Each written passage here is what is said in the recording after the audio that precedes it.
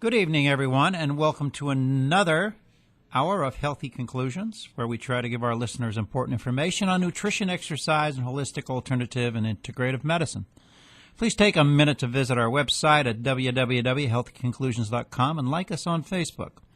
My name is Bob Nugabar, and I will be your host for this evening's show. Tonight's show is being brought to you by Altrua Health Share, which has been serving its members and their families with their health care needs since 1997. Please take a moment to visit their website at altruahealthshare.org or call 888-244-3839 to see just what Altrua Health Share can offer for your family's health care needs. It could mean substantial savings to you. Our guest for this evening is Dr. Kevin Heron. Dr. Heron graduated from Palmer College of Chiropractic, which is known as the fountainhead of all chiropractic institutions.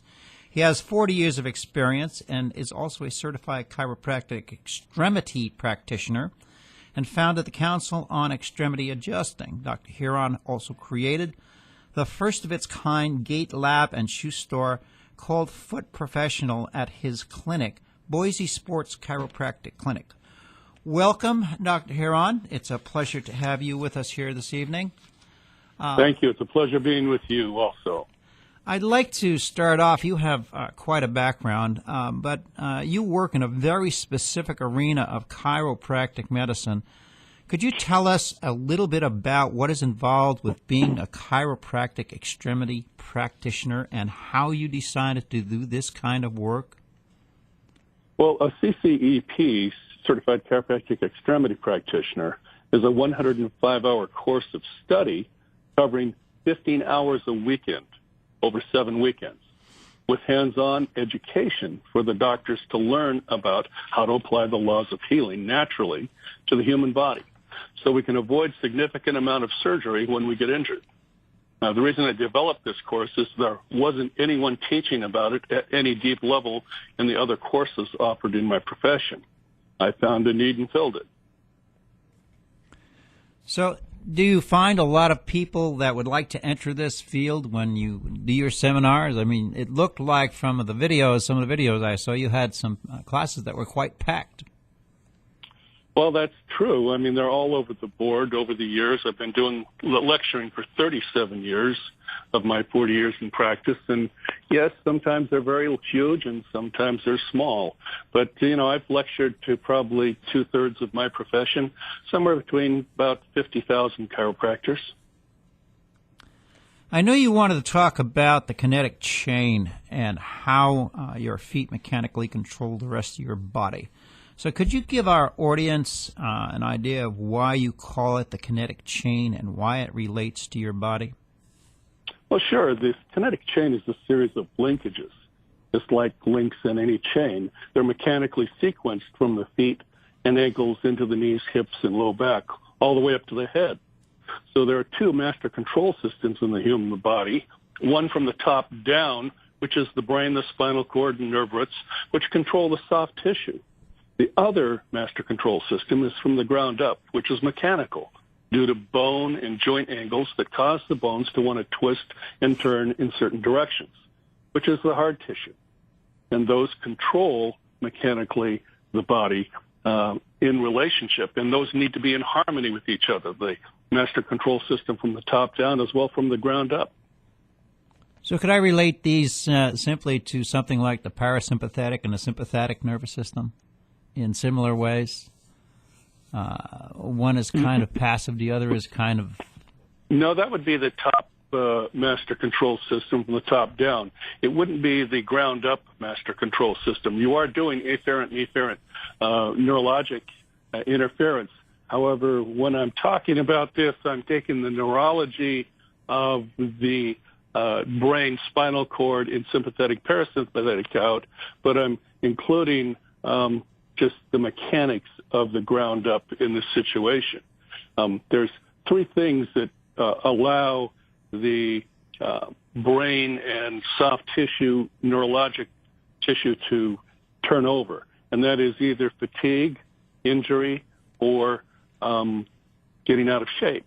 And so when that happens, the mechanics totally take over, and that twists your knee, your hip, your pelvis, your low back, and when those things happen, you tend to degenerate at a much more rapid rate.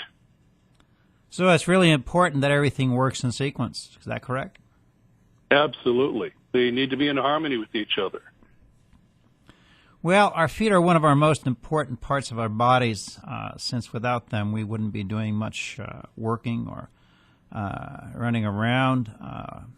It would be difficult to get around, so it's important that we take good care of them. So let's start off with the history of walking shoes, and how did they develop? Well, for centuries, man walked on dirt, and dirt indented to the shape and angle of the feet.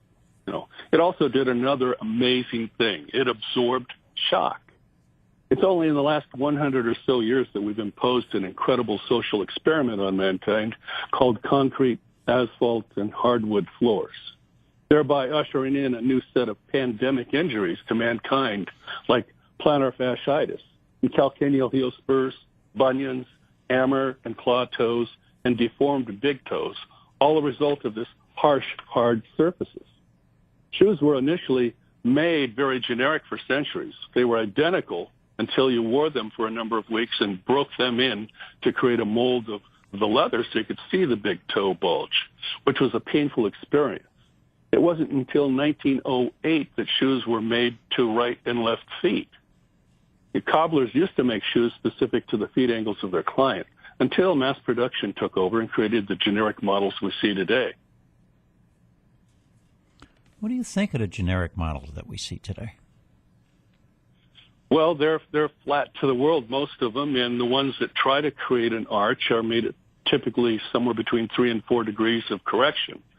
The problem is that only about 30 to 40% of the population has generic angles, which is somewhere between 0 and 6 degrees of angulation to the ground, and that's perpendicular to the shaft of the tibia to the bottom of the foot when held in neutral position. And most people don't know what that is. They just see that their feet goes flat to the ground. But when we hold a foot in neutral position, we can actually measure their relationship to the ground. And when we know that relationship, we can bring the ground up to their normal angles by putting in orthotics. And it's not uncommon to see somebody with 15 degrees or 20 degrees. I've even seen 30 or more degrees of forefoot varus, which is if their foot's angled up high to the inside. And let's say you have 20 degrees on the left foot and 5 degrees on the right. It's frequently not the same. And that means that your left leg's rotating 4 times faster and further than your right leg. And when that happens, that rotates your hip 4 times faster further on that side, rocks your hip forward and pelvis forward, and slams your low back to the left side 4 times faster and further. So I'm out there buying $150, $200 pair of shoes. And what you're telling me is that unless they're fitted properly, this is a waste of my money. Well, it's not necessarily a waste of your money so long as you put an orthotic in it that's actually made to your foot. There are some really nice shoes out there that are high priced, but it's not necessary to buy a high priced shoe to have a good shoe. So basically, it's what you do to make that shoe fit better so that it makes you more comfortable, but it also improves the way you walk and how you carry yourself and how it relates to the rest of your body? Well, true. A good shoe flexes where the foot flexes, and that's at the ball of the foot. And it should not flex back into the arch area. It also should have a strong heel counter around the back of the shoe, which should have a strength of 5 or more on a 10-point scale. So when you grab the back of that shoe, you should feel that flexibility. Is it firm or is it really soft and floppy? But there are exceptions to these rules that are very sport specific. So, I'd want a flexible shoe if I was rock climbing or if I was a skateboarder. Those are exceptions where you need to feel the environment that you're on and have more flexibility in them. But when you're walking around on concrete, asphalt, and hardwood floors, the best environment is to have one that flexes at the ball of the foot with a firm heel counter. So we started off with leather shoes, and now we've got all of these various products that shoes are made of that are not leather. How does that work into the quality or the ability to correct the way we walk with the shoes we're wearing? Does it make it more difficult, or is it easier with the new products? Well, that depends on the sport and the environment that you are using them in. So it's highly specific today to different activities, whether it be out on the farm, moving the slurry of the cows, or whether it's, climbing rocks or ice skating, playing football or soccer or martial arts. They all have a different need in their materials and in how they function. So how would you decide what is a good shoe? Well, I'd grab a hold of it both ends and put it between my knees and press in and watch where it flexes. It should flex at the ball of the foot. And then I grab the heel and I squeeze it and see if it's firm back there. Those are the two foundational pieces that I want to see. If they don't pass that, they're a bad shoe. You can have the best orthotic in the world and put it in a bad shoe, you have a bad situation. So there's an important piece there. It's interesting that the quality control in the shoe industry is very poor. So when you look at a pair of shoes, and let's say you did the test that I'm just talking about, and the left one passed and the right one didn't, which is pretty common actually, and you like the shoe, it fills your vanity level, you think it matches your particular outfit, let's say, and you really wanted that shoe. Well, what you do is you just go back to the shelf and grab another box off the shelf. You open it up and you pull the right shoe out that failed on the other box and check that one. And if it passes, you put those two good shoes together and let somebody else buy those pathological shoes. I don't think the shoe store would like that. We're going to have to take a quick break. We'll be back in a few minutes. You're listening to Health Conclusions, brought to you by Altrua Health Share with your host, Bob Neugebauer, on 580 KIDO AM and 107.5 FM. Welcome back to Health Conclusions on 580 KIDO AM and 107.5 FM. We're speaking with Dr. Kevin Huron, sponsored by AltruaHealthShare.org. So, Doc, we're talking about what shoes are the best to buy. I have one question which always has stuck in my mind.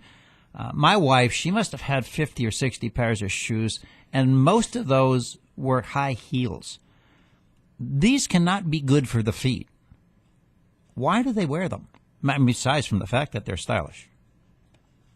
Well, a heel of 2 inches higher than 2 inches is really hard on the ball of the foot. It is putting the foot up in a locked position so that most of the force is going to the metatarsal heads, jamming them, but also hyperextending the toes, which tightens the plantar fascia to its maximum level. So now the foot becomes a rigid lever at that point, which increases shock. And the foot, through pronation, is the primary shock absorber of the body. And when you lock the foot, you take away that shock-absorbing capability. Therefore, almost any woman will tell you walking around in those things is a lesson in torture. So, it's typical, but however, it makes their calves look good, and they're impressed with how they look when they wear them. Well, it's not something you're going to get me into anytime soon.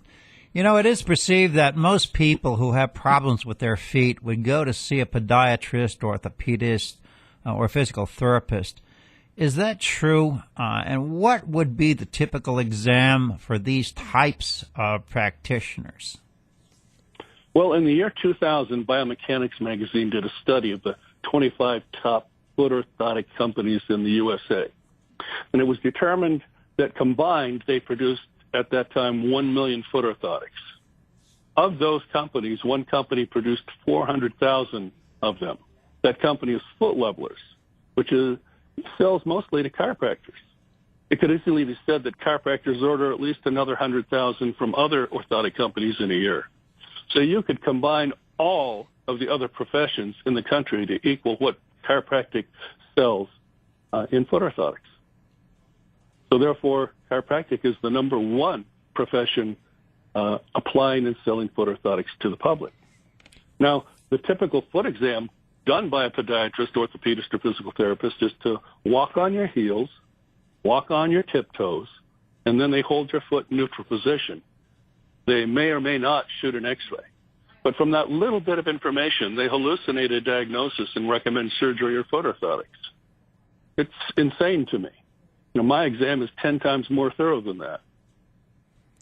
So what you're telling us is that, what we do when we go to a podiatrist or an orthopedist for a foot problem, they may not really be doing us any good, and that the real authority here should be a chiropractor who's had experience in the extremities. Is that correct to say that? Well, that's correct. About 80% of the people that come into my clinic that are scheduled for foot surgery get fixed and do not need foot surgery. That's interesting. I had my own personal experience with foot problems and had consulted with a podiatrist, and he talked me into getting fitted with $600 worth of inserts. He had made up from my shoes to help me walk better without any pain. What he should have done was tell me to lose 50 pounds and then buy a good pair of walking shoes. I used the inserts for 2 months, and as soon as I had lost 35 pounds, the inserts caused me nothing but pain in my knees. So I went back just to wearing my regular shoes, and the pain went away. Is this a common problem with many people that they run into? Sure. Weight makes a big difference? Yep. Well, number one, those orthotics were not made to your normal feet. I realign the 26 bones of the feet and restore them to normal glide position before I scan, cast, or mold to a normal foot instead of a pathological or bad foot. Number two, the strength of the material that was made for you was by your weight. And by losing a lot of weight, you changed how the material deformed under load. So you could have needed a softer material for your new weight, which affected the ability of your leg to twist inward and stretched your knees, hips, and low back differently. So weight is a big issue when it comes to orthotics. The forces into your feet when walking are 1 to 3 times your body weight. When you run, they're 3 to 5 times your body weight. And when you vertically leap, they reach 5 to 7 times your body weight. And so those materials have to change for those what's called technically durometer strength of the material to deform under load under those conditions. So you definitely changed your relationship to that material. My question is I went back to wearing my regular shoes. And believe me, Sure. they're extremely comfortable now. I don't have any pain. I can literally walk my 10,000 steps a day without any problems. I don't run anymore, of course, but I used to. But is this kind of normal? It's just that weight that changed everything? And do you think those orthotics, if they were made of something softer, might actually help the way I walk? Well, I don't know your angles, but if your angles are somewhere between 0 to 6 degrees, generic shoe, it works just fine for you. And you might be in those angles that you work very, very well in a generic shoe. However, if you're outside of those angles, typically you start to break down at some point in what's called the kinetic chain, whether it's the ankles, the knees, the hips, the low back. 50% of all disc herniations have no history of trauma. They are a direct result of poor mechanics. And hip replacements, the same thing. Another question for you. Is it advisable to walk around barefoot? Is that a much more comfortable way to walk around, or is that something that would bother your feet? I would think that would be the natural way to walk. It would be natural if you were walking on the natural, which is dirt. I see. But, yes, I understand. Unfortunately, we're on hardwood floors and concrete and asphalt. So now you're, instead of absorbing shock, you have to absorb that shock instead of the ground. Instead of it conforming to the angles and shape of your foot, you have to conform to it. So if a person has, as I say, a measurement outside of 6 degrees, greater than 6 degrees, walking at home barefoot is contraindicated. So I guess I'm going to have to relegate to walking around barefoot either on the shag rug or on the grass outside. Or, on the beach. That's why almost universally everybody says they love going to the beach and they can walk barefoot there and they just enjoy it. I mean, universally, you hear that time after time. I'm going to have to find a beach here in Idaho. There aren't too many of those. Do you think that using orthotics, either custom-made or generic, are beneficial? And can most problems be handled by fixing problems with other parts of your body that have gotten out of alignment? Well, first of all, the term custom-made is synonymous with generic in the orthotic industry. I mean, if you bought a car that was custom-made, you can bet that it's got a certain engine in it with a certain transmission and certain gauges and a color of the interior and exterior, the type of tires and wheels you want. So it's very specific to you. But when you talk about in the orthotic industry and say custom-made, you might as well say generic. So typically, 8 out of 10 times, those orthotics are going to be made at 4 degrees of correction. Now, the real terms in the profession that are very specific is functional orthotic, which has 5 different requirements, or accommodative orthotics, which is when you're just adapting to something that's not as specific as a functional orthotic. So those are the true terms inside the industry that tell you whether or not it's fulfilling certain things like made to neutral position, conforms to all the contours of the feet, is able to be adjusted within a 2-week period where it feels normal again, and allows shock absorption and the mechanics of the foot in the proper sequence. Those are the important things that a true orthotic should be doing. You can go to most of these stores and step on some scan, and it's going to weigh you and tell you what orthotic on there, and it's going to be made at 4 degrees. The only thing that's going to change is the thickness or the durometer strength of the orthotic, and it's generic. Can you hold go that? To many of these shoes stores, and you're going to get generic shoes. Okay, hold that thought for me for a minute. I have to step on something and take a quick break here, so just give me a second. We'll be back in a few minutes. You're listening to Healthy Conclusions, brought to you by Altrua Health Share with your host Bob Neugebauer on 580 KIDO AM and 107.5 FM. Welcome back to Healthy Conclusions on 580 KIDO AM and 107.5 FM. We're speaking with Dr. Kevin Huron, sponsored by AltruaHealthShare.org. All right, well, we were talking about orthotics, and we were talking about the ones that are custom or generic, and whether they're beneficial. And I think you're of the opinion that there is no such thing as a custom unless somebody actually does do the work that you do and actually does the measuring of your feet. Because I have had experience of going to a shoe store right here in town, and they were going to charge me $350 for an arch support. Now, it felt good when I put it in, but I don't know how it would have felt in another 2 or 3 weeks that I've been wearing it, and I'm not kindly to giving my money away like that. So is there a suggestion you would give other people who have problems and maybe with their arches? Do they come down and spend some time with you? Is that what it is? Well, first of all, I mean, you can go to the state fair and walk into a booth with some waffled type of orthotic sitting at the counter, and you'll have some salesperson, come on up, my sweet chickadee, why, let me get you some custom-made foot orthotics, just $125 right here. What size are you? 10. Oh, and through the power of positive pigeonholing, they go back and grab a size 10 off of that shelf, and they give it to the person, put it in the shoe. Okay, my sweet chickadee, walk around in those. How do you feel? Well, oh, these feel good. Oh, yes, they're custom-made. Just like you said, 120. Oh, sure, here's 125. I like those. Custom, yeah, they made them right to my feet, didn't they? Uh-huh. And they did an exam, and wait a second. They didn't do that. These are just generic off the shelf. And I just paid $125 for them. What? People just believe the story and want to believe that they're being told the truth, and yet it's so obvious when it happens that they're being hoodwinked. And sure, some of the people do feel better with orthotics in, and some people don't. And one of the reasons they don't is they're not made to their particular unique foot. And so what I do is I adjust. First of all, I examine very thoroughly the 26 bones in each foot and then I restore them to their normal glide position as much as possible.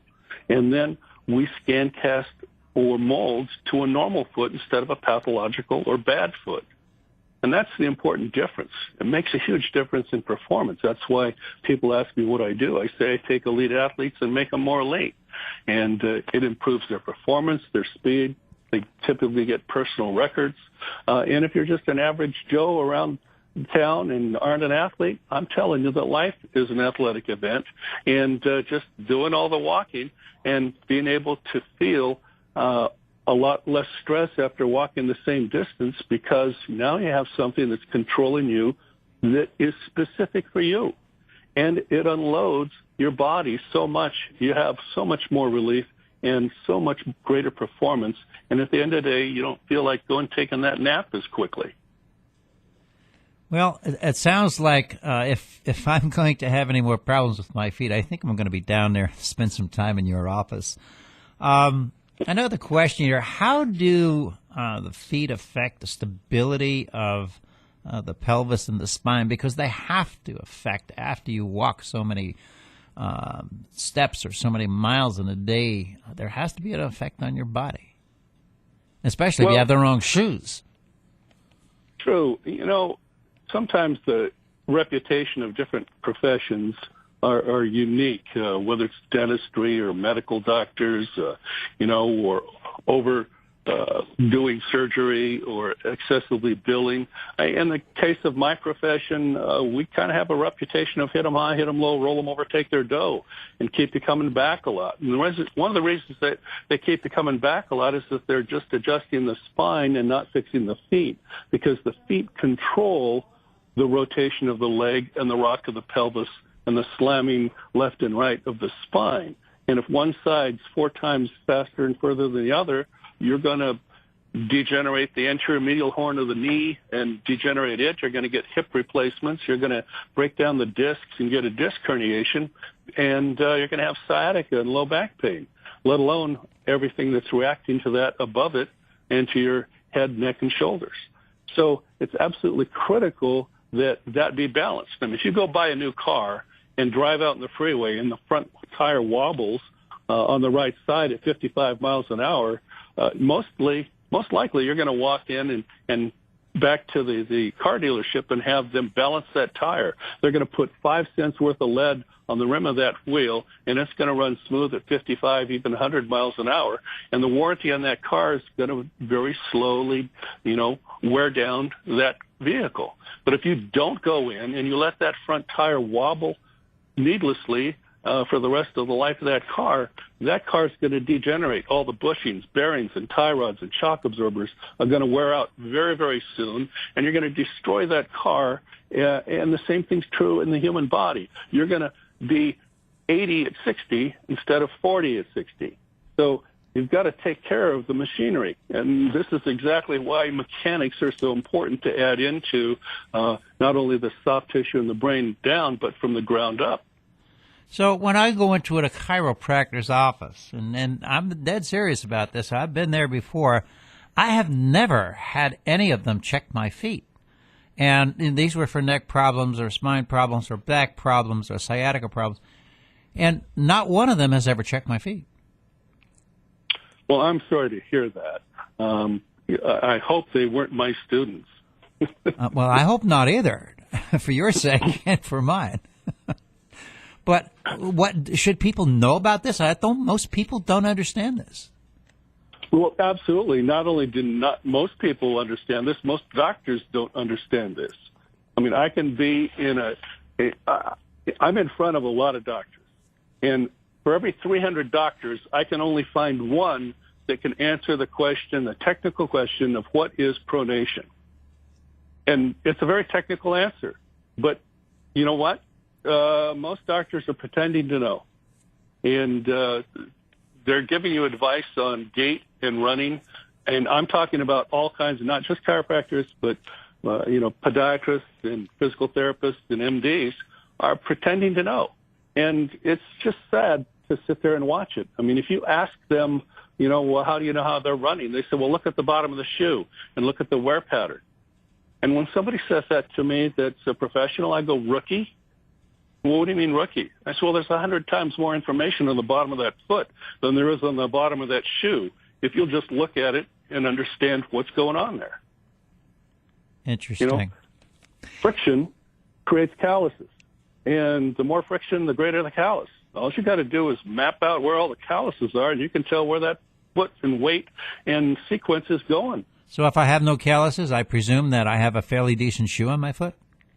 No, if you have no calluses, it means that you levitate. I see. Well, that's something else. yeah, you know, we have people getting knee replacements on a regular basis, and in fact, they say by 2025 we will have 3.5 million artificial knees walking around this country, more than we have now, and each one costing about $50,000. What would you say is the reason for so many knee replacements, and could they be fixed without surgery and replacement? Well, once they degenerate, there's a point at which they need surgery. Unfortunately, people are not proactive as quick to check out things like the kinetic chain, which would prevent those problems from happening in the first place. So the real answer is prevention, catching these things beforehand.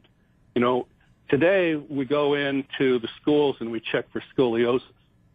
If we went into the schools and checked for 4-foot varus and how far those angles are, we could save the knees, hips, and low backs of millions of people early by stopping that progression. So it's just ridiculous in my particular viewpoint how much and how ignorant the world is about this subject. Well, I'm learning more each minute we sit here and talk, but do you believe that, you know, we have an obesity problem in this country, but do you believe weight is playing a big part in all of these problems that we're having with our lower extremities? Well, we got the cart before the horse in that particular question. Okay. Bob. And the reason is that the reason most of these people are heavy, certainly there are physiologic answers to some of them. However, if your joints are fighting against each other and it just hurts to walk, and you're going to call that, I have a brother that's a petite 365 pounds at 5'10". Hold on one second. Understand. Hold on one second. We're going to have to take a quick break, but I do want to hear this story. You're listening to Health Conclusions, brought to you by Altrua Health Share with your host Bob Neugebauer on 580 KIDO AM and 107.5 FM. Welcome back to Health Conclusions on 580 KIDO. We're speaking with Dr. Kevin Huron, sponsored by AltruaHealthShare.org. So you were going to talk about your brother, I believe, who is quite a heavy person. Would you get on with that story? I'm kind of interested in that one.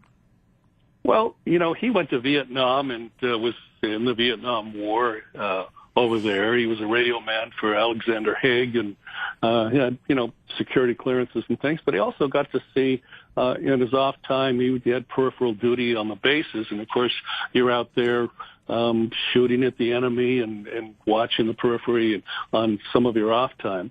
And, you know, that's a traumatic experience. And so people with post-traumatic stress syndrome have these high ups and downs and variables that sometimes haunt them.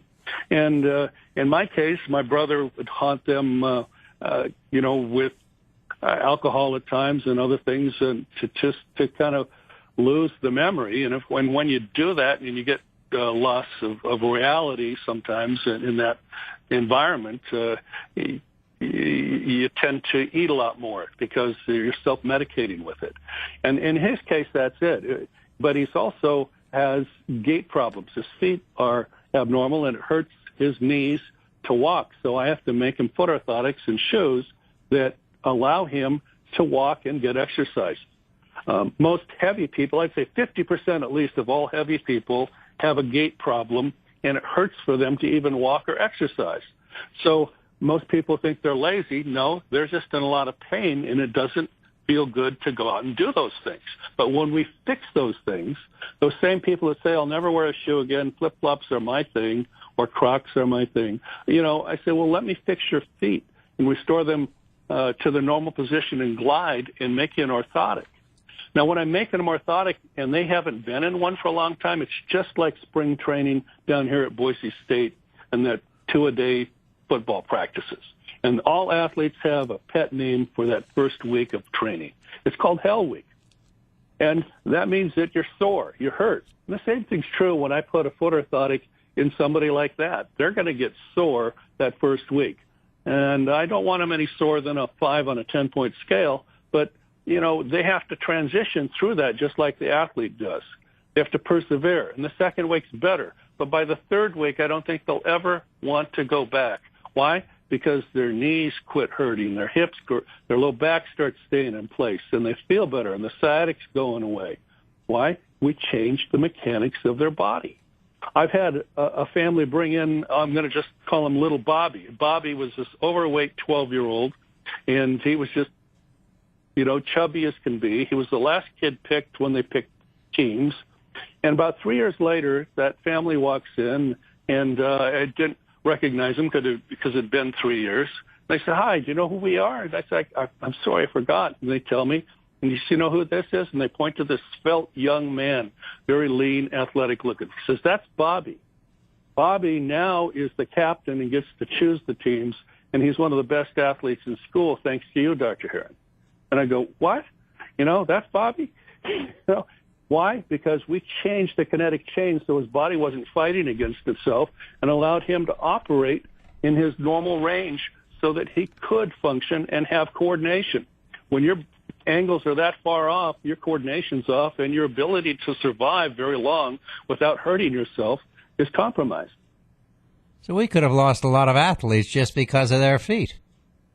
Oh, absolutely. We not only athletes, but also special forces and military. When I see military people, I tell them, don't tell your CO about your foot orthotics. Just go in there. Otherwise, he'll yank them out of there. And when you run or jump and land with those packs on, you're just going to hurt yourself. So just keep it quiet. And you know what? They do that, and they do great. So we know that you told me that chiropractors probably sell more foot orthotics than anyone else. Is that right? That's true. Okay, and what is the difference between selling and prescribing? I know what selling in the store is because I have been through that scenario. Right. Well, the difference between selling and prescribing is discriminating knowledge. So most doctors just take a foot and plop it in some foam cast and press it down and send it off to a lab and say, "Okay, make me an orthotic." And they charge the patient, $300 to $600 or something for that orthotic. Now, they did not do a thorough exam of the foot. They just took the existing pathological bad foot and molded it and sent it off. And they didn't tell the orthotic lab what to do. They didn't tell them, "I want one back at 15 degrees on the left and 5 degrees on the right." So they're giving up their power of prescription by not doing the exam and not telling the lab, because the lab by law is supposed to make the orthotic to the prescription of the doctor. Well, if the doctor doesn't give them prescription, guess what? The lab's in business. They're just going to make another generic orthotic and send it back to the patient and the doctor. But unfortunately, most doctors don't know the difference. So here you have one foot at 20 degrees and the other one at 5, and the orthotics come back identical. What's wrong with this picture? You're being hoodwinked. But they don't know the difference because they haven't been trained to see it or know it. So, if you don't go see a chiropractor about an orthotic, you're basically making a mistake in terms of getting the correct fixture for your feet to go into your shoes. Is that right? Well, sometimes there's collaboration. In other words, you're going to see your podiatrist for an orthotic. Okay, well, if the podiatrist doesn't do manipulation, then he could send them over to the chiropractor and say, "Hey, fix the feet first, and then I'll scan cast to it." I trained a very famous podiatrist by the name of Howie Dannenberg. He's done lots of research. He's internationally famous. Years ago, I trained him how to adjust the feet and correct them. He had one of the finest gait labs in the 1980s of anywhere in the world. He had synchronized computerized gait analysis, measuring kilograms per square centimeter on the bottom of the feet. He had video synchronized with it, front, back, and side, showing the patient how they were moving. You could see their feet, their ankles, their hips, their low back, all together at the same time. And Howie quit doing surgery on patients. Why? Because foot manipulation and making foot orthotics was so effective. You do a lot of sports medicine, and I'd be remiss if I didn't ask you, what sport do you find incurs the most serious injuries to your feet or your legs? Well, that's an easy question as far as total injuries. Horseback riding is the number one injury sport there is. Wow, I'd never thought that. Yeah. Well, most people don't. And for horse people, if you ask them, well, how did you get hurt? They'll tell you, but they'll all say it was their fault because they did the wrong thing around the horse. And so there's this love affair that goes on, and also denial about what's causing the problems. And, you know, animals are unpredictable. When you have a 1,000-pound animal and it steps on you, kicks you, throws you, rolls over on you, you know, it's a tough situation. You know, most people don't realize, even the NFL, if I ask you what's the percentage of injury rate in the NFL, they don't even have any idea what the NFL has. So I'm going to tell you what they are right now. It's 110 to 126%. Wow. Everybody plays injured in the NFL. That's not a good thing. Well, you know, they're being paid millions of dollars to sacrifice their bodies out there on the football field. I know. Right? I used to work with several football players. I realize that. Yeah, and well, the chances of them getting past 3 years is 50%. You know, so 50% never make it past 3 years because they're injured and they're out. But it takes that long to be vested in their retirement and insurance health benefits when they've played longer than 3 years. They get taken care of. But you know what? When you're hurting into your older years constantly, you'll pay any amount of money to get out of pain. You know, Doc, I really appreciated the time we spent with you today. Could you tell our audience where you're located, so if indeed they do want to contact you, tell them how to do that? Yes, I'm near the corner of Cole and Ustick in Boise, Idaho, at 3314 North Cole Road. I mean, if you wanted to use your cell phone, you could go to texting or messaging, hit new text, and type in this number at the top, 33733. And then in the box down on the bottom of that, you just type in Kevin and hit send. And if you do that, you'll get to see electronically where I'm at. You'll have 5 different videos explaining what I do and how I do it, even what it's like to be a new patient there. And you have a strong idea. You can call our number at 375. Let me see. I don't call that number very often. I'm at a blank for what my phone number is. That's okay, Doc. We'll put it up on the website. You know? Thank you so much for joining us this evening and offering your insights into chiropractic and how it affects your feet and your spine and your pelvis.